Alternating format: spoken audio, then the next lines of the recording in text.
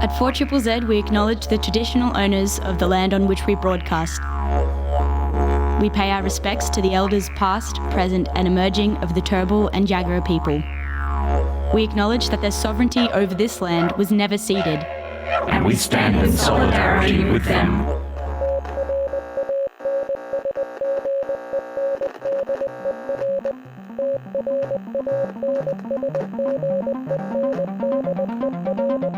You're listening to Transmission on 4ZZZ, amplifying the trans and gender non-conforming voices of Brisbane and beyond. Good morning, Meanjin. You're listening to Transmission on 4ZZZ. My name is Ez. I use he, him pronouns. Good morning. My name is Sev, and I use he, they pronouns. And we've got special guests coming in today, Sev. Yeah, super exciting. We're going to be talking to a local legend, pioneer playwright, Esther Dougherty, and some of the team from Curtain World about the upcoming production. But first, we've got some chit-chat to have. We've got some great music to play for y'all. Just a reminder that Transmission amplifies the voices of trans, non-binary and gender non-conforming residents of Meanjin and beyond. And all of the music we play here on Transmission is also highlighting those voices. So every track you hear playing on Transmission, just putting it out there that you know, in your heart and in your airwaves, you're listening to beautiful trans voices and celebrating trans art whenever you listen to Transmission. Yeah, even on the microphone in here, in between the music, everyone in here is either trans, non-binary, or GNC, or alternatively, they're superstars as allies. Not that we have like a huge gatekeeping process for the show or anything, but we like to make sure that trans people take up space. We don't always take up space. You must be this radically queer to ride. Yeah, literally. Yeah. Sign here. We've got I've got a event that I would like to mention that's coming up this weekend. So on Sunday is Quiver. Sunday the 28th of May is Home Slice with Chikara from 2 p.m. till 8 p.m. at Quiver, which is in Wynn Lane in Fortitude Valley. So yeah, what does a laneway sound like in this city? Inspired by musicians of Meanjin, we have a look to them to capture the feel and sound of our unique, sun-drenched, graffiti-filled, sticker-slapped hidden valley path to bring you Home Slice. Once a month, we focus on a musician who will bring what's good in the neighborhood to curate a Sunday afternoon down our slice of the world. Quiver. With full creative ears, they invite others to collaborate on their feel and sound of the Laneway Street sound. So this is a completely free event.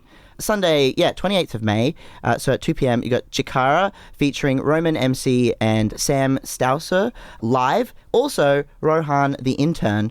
So yeah, it's a DJ set as well. So yeah, that's really cool. There's a bunch of stuff that's going to be happening at Quiver on Sunday. You should definitely check it out. It's always free. It's very queer.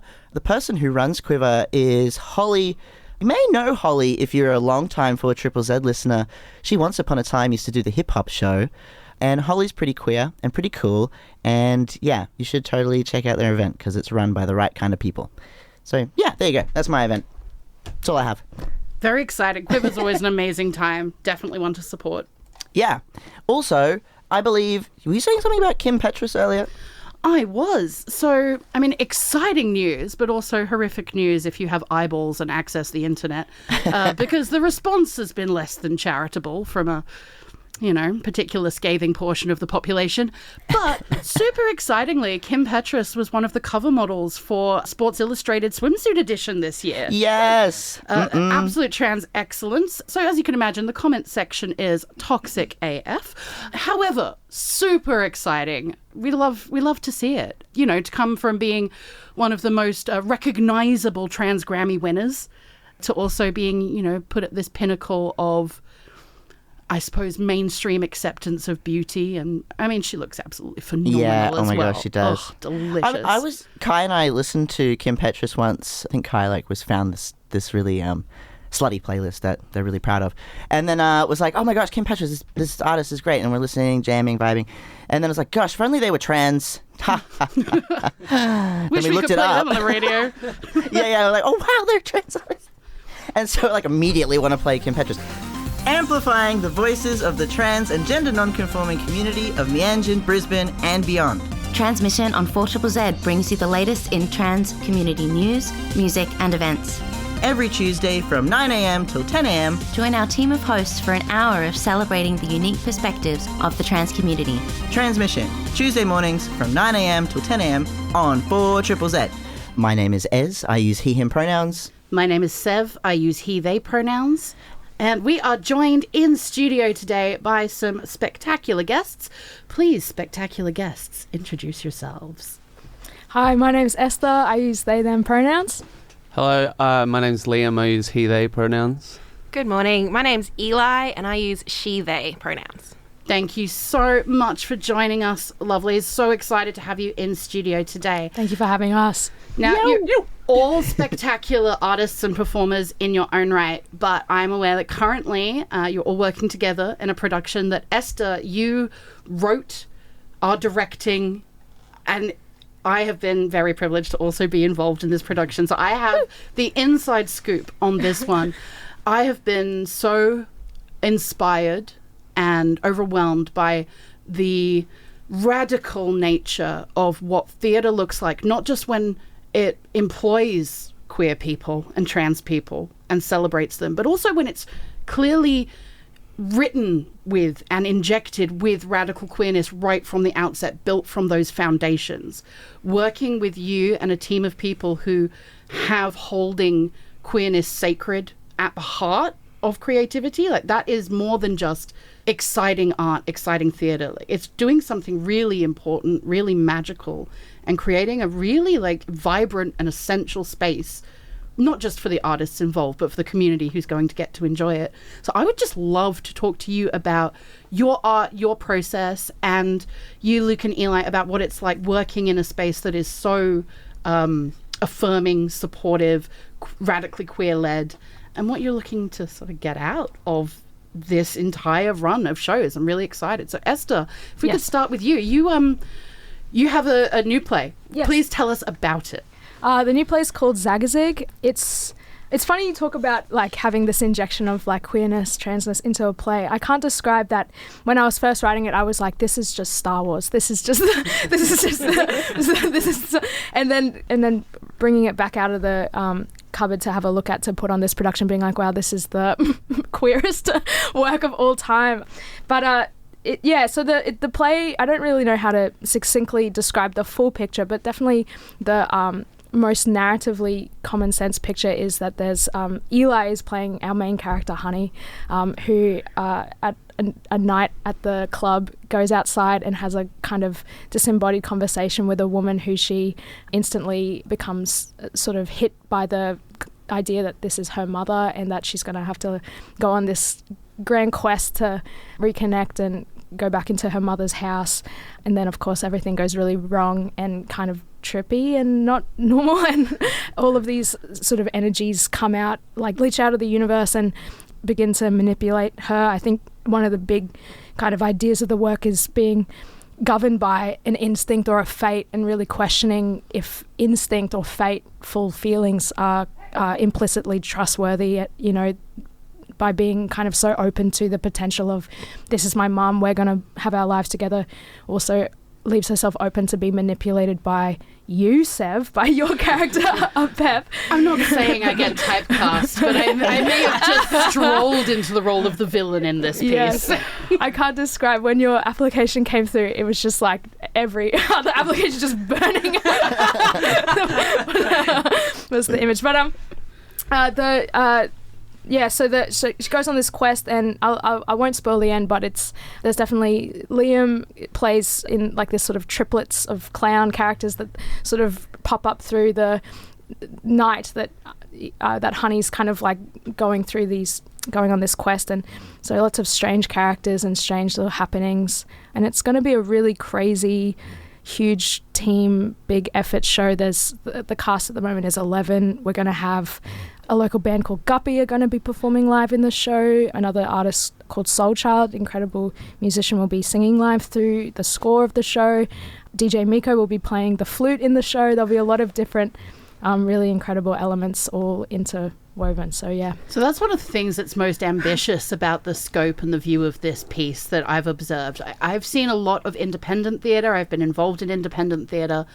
The grand scope of this work is huge. And it's been one of the most inspiring things about sharing the space with you is when you see a script that huge and a cast that huge and a team that huge and an idea so fantastical.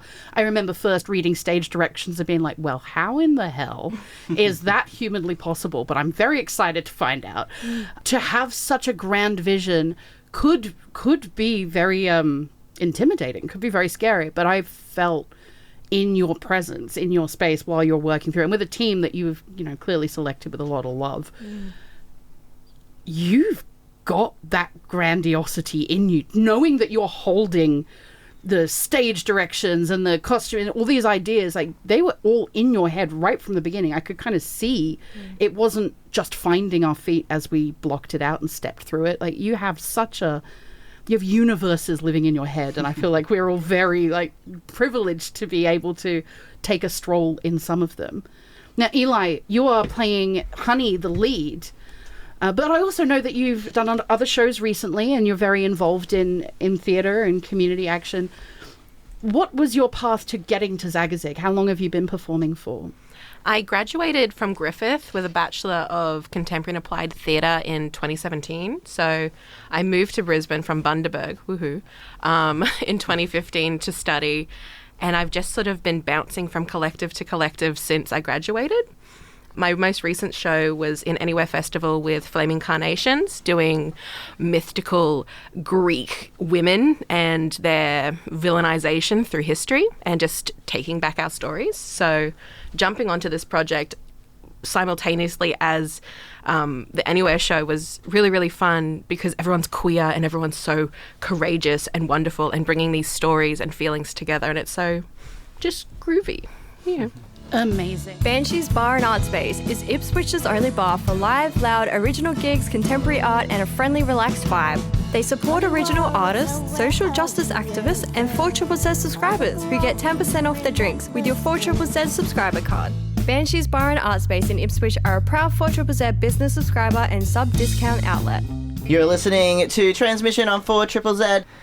My name is Ez. I use he, him pronouns. My name is Sev. I use he, they pronouns. We are also joined in the studio by... Eli. I use she, they pronouns. Liam. I use he, they pronouns. And I'm Esther, and I use they, them pronouns. Thank you so much for joining us in the studio. So Esther, Liam and Eli are all currently in production of a debut new show called Zagazig. It's by Curtain World and it will be at... Vent Space in South Brisbane, this really excellent creative space. Very close to Musgrove Park, so yeah. Absolutely love Vent Space. It's such a radical space in itself, this reclaimed warehouse art studio with residents. It feels like a very good place to be in and creating in. And also to be executing this massive vision of yours, Esther, in. Like I said before, this play Zagazig, it's one of the most ambitious things I've seen come out of independent theatre locally, particularly when you then ground it in the fact that, how did I describe it to somebody the other day? It is the most challenging, cooked and chaotically queer thing I have ever had the privilege of being involved in. And I mean cooked with absolute love. But Liam, you actually get to experience in the play some legitimate cookedness. Yes. You described these characters earlier as your clown characters, Esther. And what I think is really, really fun and interesting about this production is that you clearly have such a knowledge of classical theatre and modern theatre. Like your grounding is very solid in theory and understanding what makes a great story. But then you take something like the refrain and the reprieve of having some clown characters to help us journey through our story, and then you make them all absolutely off their heads on MDMA, so we can join them on their cooked journey through this wild nightlife dream of yours.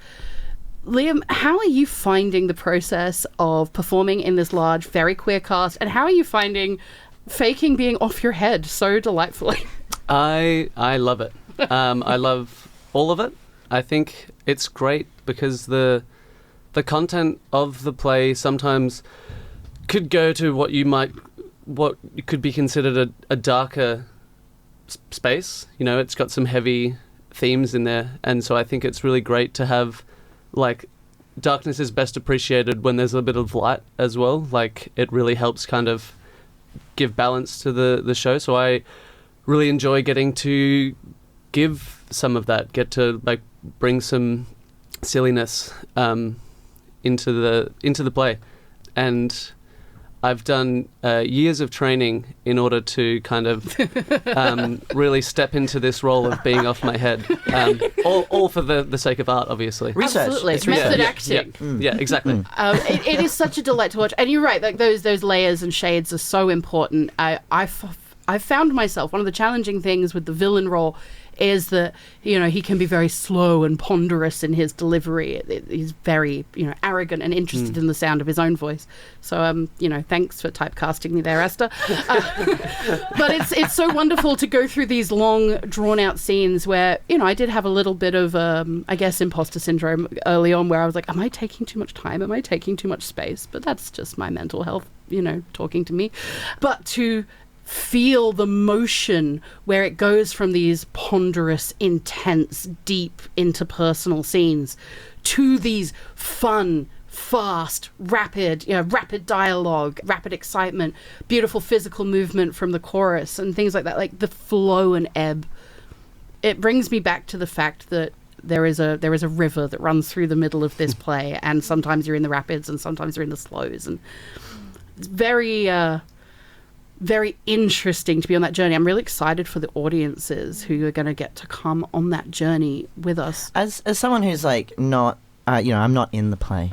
I'm trying to figure out what kind of style this is going for as well. Aside from what you're talking about, when you were talking, Esther, earlier about how, what was your main character's name again? Honey, that's right. When Honey goes through this, like, trying to figure out, is it fate or trusting intuition and stuff, is this sort of a story about whether, like, your intuition can be sometimes wrong? I think it never maybe answers that question, but it's a provocation to say that, and really there's these kind of like tiers that exist in the play of kind of logics, if you will, and I think really maybe draws into question how, there's this, our narrator, the Ibis, we might think of that character as maybe the academic and that sort of like approach to how things to be true or how you understand things around you. Honey is having this experience of maybe like a naive intuition, one that isn't kind of established enough, but is just kind of being kind of born into her like life. Not like a confident intuition. Just maybe an impulsive intuition. Okay, Just right. This feels something. I feel this thing, which I feel like is very. It can be such a journey. I know for myself, like you go through eras of your life where you do feel like you suddenly are experiencing these grand intuitions for the first time, and you can lean so heavily on that as your kind of compass for your life that it goes too far into too much chaos and into too much kind of nonsense in a way. Yeah, right. And then sometimes you reel the pendulum back into everything has to be based on, you do go get the therapist, and then it's like, if it's not a chemical in my brain, it's not real, or if it's not, if you can't write it down, if you can't prove it to be true, then it's not real. And I think having to find this kind of, I think something that the play is really asking us to do is look to all of the places that we can know things to make sense of something, and then also understand that kind of above us and below us is so much knowledge that we will never have, and that in a way is kind of the information in a lot of ways that we maybe are playing at knowing it sometimes in our lives, playing at understanding things. Yeah, wow. Yeah. I just want to loop back to, did you say an intellectual ibis? Yes. Okay, sorry, I'm just like, an intellectual bin chicken is the happiest thing I think for my Tuesday morning. That's just made my day. Very picky about what they're getting out of the trash. Oh, really? They're picky about what they get out of the trash? Yeah, of course, because they're making intellectual decisions. Right, okay. See, I really I hooked onto that very early on. I thought was interesting because there is this this air of anthropomorphized deities walking through this world, observing the story of Honey and the situations that she's in.